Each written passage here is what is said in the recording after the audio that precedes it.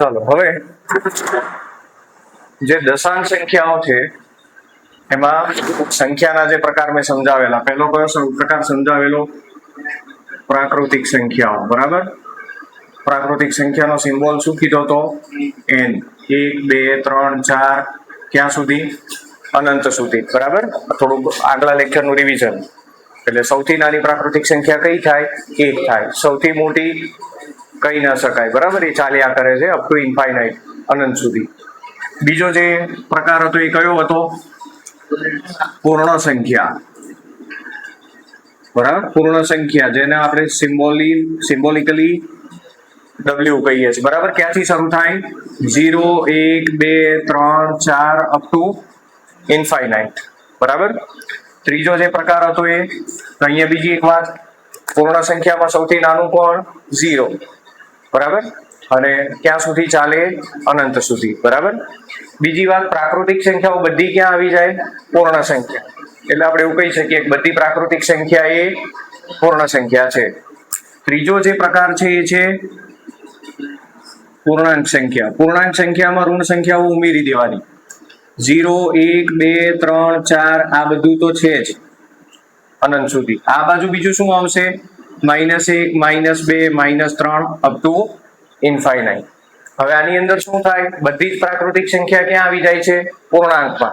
બધી જ પૂર્ણ સંખ્યા પણ શેમાં આવી જાય છે? પૂર્ણાંકમાં. બરાબર, એનો આપણે સિમ્બોલ આપણે કહીશું Z. તો એનો અર્થ શું થયો? કે બધી જ પ્રાકૃતિક સંખ્યાઓ અને બધી જ પૂર્ણ સંખ્યાઓ એ પૂર્ણાંક સંખ્યા છે. આટલે સુધી વાત થઈ હતી. બરાબર, સૌથી નાની પૂર્ણાંક સંખ્યા કઈ થાય? તો કહી શકાય નહીં.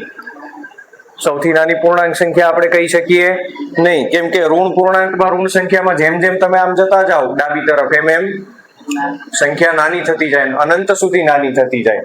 તો સૌથી નાની પૂર્ણાંક કોણ હશે? આપણે કહી શકીએ નહીં. થોડુંક જો આને બદલીએ કે સૌથી મોટી ઋણ પૂર્ણાંક સંખ્યા, સૌથી મોટી ઋણ પૂર્ણાંક સંખ્યા કઈ થશે? -1. અને સૌથી નાની ધન પૂર્ણાંક સંખ્યા કઈ થશે? 1. બરાબર, તો એટલું થોડુંક આપણે કહી શકીએ. હવે ચોથો જે પ્રકાર સમજવાનો છે ખાસ અગત્યનો, આ જે નવો એ છે સમય સંખ્યા. બરાબર, સમય સંખ્યાને ઇંગ્લિશમાં કહેવાય રેશનલ નંબર.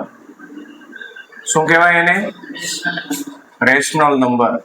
યાદ રાખજો કે આ ખાલી તમારા જે તે ધોરણ પૂરતું કે જે તે અત્યાર પૂરતો જ કામનો ટોપિક છે એવું ન સમજતા. બરાબર, તમે સ્પર્ધાત્મક પરીક્ષાના પેપર પણ જોશો તો આ ચેપ્ટરમાંથી તમને પ્રશ્નો એમાં મળી રહે, ભૂતકાળમાં પૂછાયેલા. બરાબર, હવે સમય સંખ્યા કોને કહેવાય? ખ્યાલ છે કોઈને? બેમાંથી કોઈને? કોને કહેવાય? કોમન.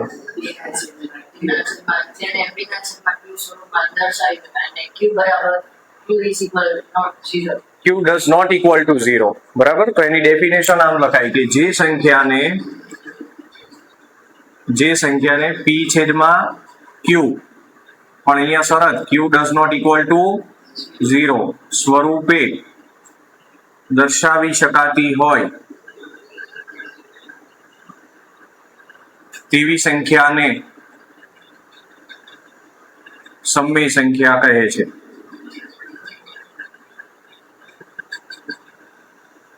ચલો, યાદ રહી ગયું? કોને કહેવાય સમય સંખ્યા? જે સંખ્યાને કયા સ્વરૂપમાં દર્શાવી શકો? P છેદમાં Q. P છેદમાં Q એટલે સાદી ભાષામાં તમે સંખ્યાને અંશ અને છેદના સ્વરૂપમાં દર્શાવી શકતા હોવા જોઈએ. P છેદમાં Q નો મતલબ શું? સંખ્યાને કઈ રીતે બતાવી શકો?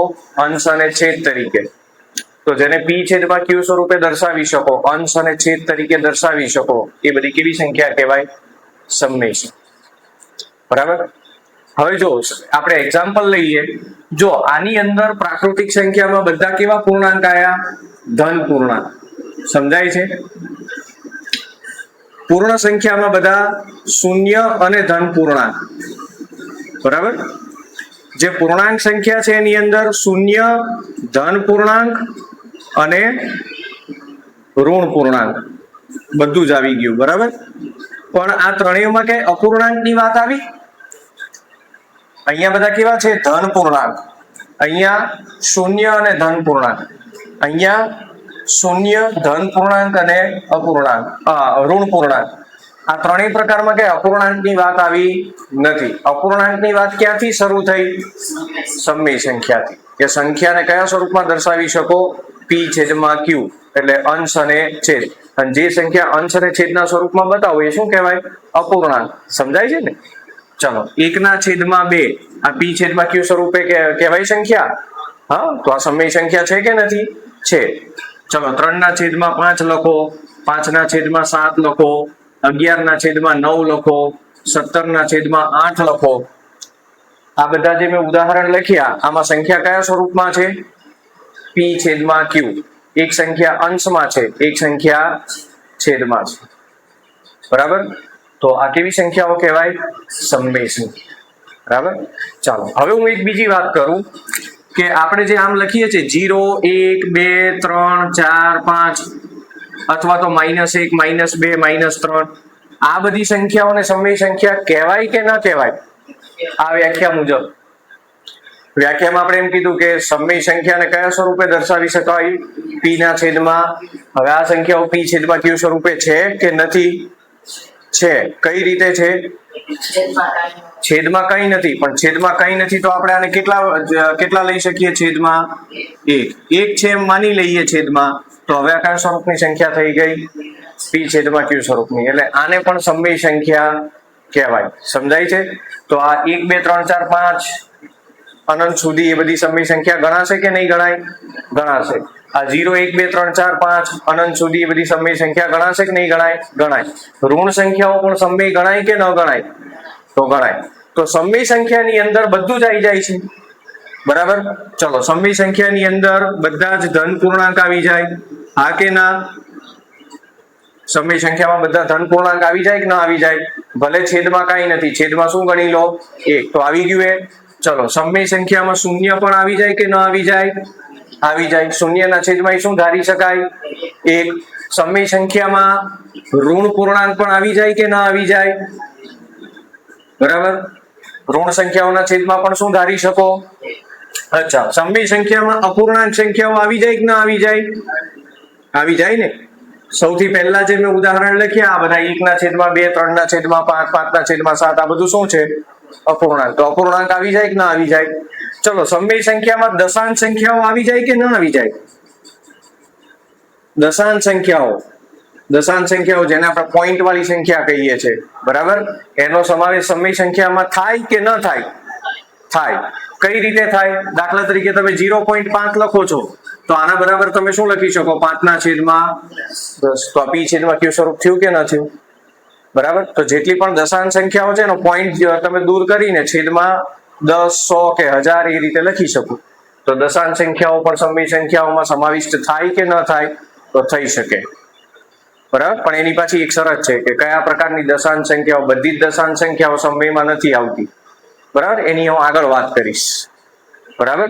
ચલો, રાઈટ નાઉ એટલું સમજી લો કે સમય સંખ્યાનો અર્થ એટલો, ફરીથી હું થોડુંક એક જરા રિવાઇઝ કરી લઉં. બરાબર? સમય સંખ્યાનો અર્થ કે ભાઈ જેને આપણે કયા સ્વરૂપે દર્શાવી શકીએ? પી છેદમાં ક્યુ. પણ એમાં એક નાનકડી શરત ધ્યાન રાખવાની. શું શરત ધ્યાન રાખવાની છે? ક્યુ ડઝ નોટ ઇક્વલ ટુ 0. જે અંશ અને છેદ લખો છો એમાં છેદમાં 0 આવવો જોઈએ નહીં. ગણિતમાં 0 છેદમાં હોય એવી કોઈ સંખ્યાનું અસ્તિત્વ નથી. ફરીથી હું કહું કે ગણિતમાં કોઈ પણ એવી સંખ્યા કે જેના છેદમાં 0 હોય એવી કોઈ સંખ્યાનું અસ્તિત્વ છે નહીં. એવી કોઈ સંખ્યા આપણે નક્કી કરી શકીએ નહીં. એટલે આવશ્યક શરત ક્યુ ડઝ નોટ ઇક્વલ ટુ 0 સ્વરૂપે દર્શાવી શકાય એવી સંખ્યાને સમય સંખ્યા કહેવાય. તો બધી જે અપૂર્ણાંક સંખ્યા છે અંશ અને છેદ વાળી કયા સ્વરૂપમાં છે? પી છેદમાં ક્યુ. એટલે બધી અપૂર્ણાંક સંખ્યા કેવી ગણાય? સમય સંખ્યા. હવે આ બધા ધન, ઋણ પૂર્ણાંક અને 0 આ બધાના છેદમાં ભલે કઈ દેખાતું નથી પણ છેદમાં 1 ગણી શકાય. એટલે એ પણ કેવી સંખ્યાઓ છે? સમય સંખ્યાઓ. દશાંશ સંખ્યાઓમાં પણ ઘણી વાર એવું બની શકે પોઈન્ટ દૂર કરો એટલે કયા સ્વરૂપમાં આવી જાય? પી છેદમાં ક્યુ. એટલે દશાંશ સંખ્યાઓ પણ સમય સંખ્યામાં આવી શકે. સમજાય છે? બરાબર? તો દશાંશ સંખ્યાઓમાં કોનો સમાવેશ થયો? ધન પૂર્ણાંક, શૂન્ય, ઋણ પૂર્ણાંક, અપૂર્ણાંક અને દશાંશ. બીજું તમે જુઓ જે આગલા પ્રકારોમાં જોયું હતું એ પ્રમાણે બધી જ પ્રાકૃતિક સંખ્યાઓ આવી જાય છે સમય સંખ્યામાં? યસ કે નો? હા. પૂર્ણ સંખ્યાઓ બધી આવી જાય સમયમાં? યસ કે નો? યસ. પૂર્ણાંક સંખ્યાઓ જે છે એ બધી આવી જાય કે ના આવી જાય? બરાબર, તો આપણે શું લખી શકીએ? અગાઉ જેમ લખતા હતા એમ બધી જ પ્રાકૃતિક સંખ્યા, બધી જ પૂર્ણ સંખ્યા અને બધી જ પૂર્ણાંક સંખ્યા એ સમય સંખ્યા છે.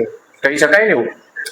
સમય સંખ્યાના ગણમાં આ બધા જ આવી જાય, સમાઈ જાય છે. આ બધા કરતા મોટો ગણ છે. બરાબર, ચાલો તો આપણે એ પણ લખી લઈએ. શું લખશું બોલો તો? ચલો ફરી તમે બોલતા જાઓ, હું લખતો જાઉં. બધી જ પ્રાકૃતિક સંખ્યાઓ, બધી જ પ્રાકૃતિક સંખ્યા, પછી પૂર્ણ સંખ્યા અને પૂર્ણાંક સંખ્યાઓ, પૂર્ણાંક સંખ્યાઓ એ સમય સંખ્યા છે ને? ઉતરી ગયું મગજમાં? આવડશે? ચાલો ત્યારે લખી લો.